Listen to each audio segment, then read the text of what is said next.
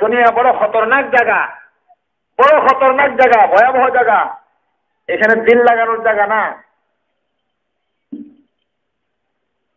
ये इबरत की जा है, तमाशा नहीं है। এটা ইবরতের জায়গা, নসিহত অর্জন করার জায়গা।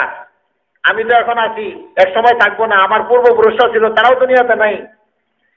बस नाम बरबर जेर जमी दफन कर दाम, कल हस्ती अलबर ये जमी पर नशाना मन, आपीर लशारा के सफर तंद जेर खाक, खाकश चुनाबो खुर्दे कदू उस्तुखाना मन, जिंदस्तना में फर्रुख नौशी रुआ बाखैर, गरचे बसे गुजश्ते के नौशी रुआ नामान, खैरे कुने फुलानो गनीमत शुमार हम, जापेश तुर्के बंगे बराजत फुलानमान।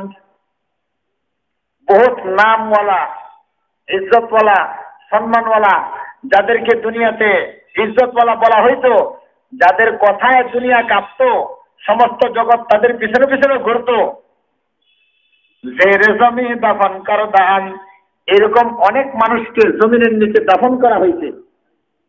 কাল হাসতে একবার রয়ে জমি পর নশানামান, তাদের অস্তিত্ব থেকে একটা হাড়ও এখন আর বাকি নেই। এরকম বহুত জগতের মধ্যে বাদশারা আসছে, রাজারা আসছে, তারা কেউ দুনিয়াতে নাই। কবি শেষের শেষ যেটা বলতেছেন, এটা আমি আপনাদের শোনাই দিই। খায়রে কোনে ফোলানো গনিমত তোমারে হম, ভালোই করো, ভালো আমল করো এই অমুক ব্যক্তি, গনিমত তোমারে হম, এবং তোমার জীবনকে তুমি গনিমত মনে করো, এটা গনিমত। যা পেয়েছে তোরকে বাঙ্গে বরা যাতে ফোলানা মান, ওই সময়ের আগে যে সময় বলা হবে ওরে অমুক তো মরে গেছে, অমুক তো মারা গেছে, সমস্ত জীবন মৃত্যুর পরে যদি মানুষ চিল্লাচিল্লি করে, এই চিল্লাচিল্লিতে কোনো কাজে আসবে না। কবর এটা আমলের জায়গা না, চিল্লাচিল্লি করলেও লাভ নাই, ওখানে নামাজ পড়লে লাভ হবে না, কোরআন তেলাওয়াত করলে লাভ হবে না।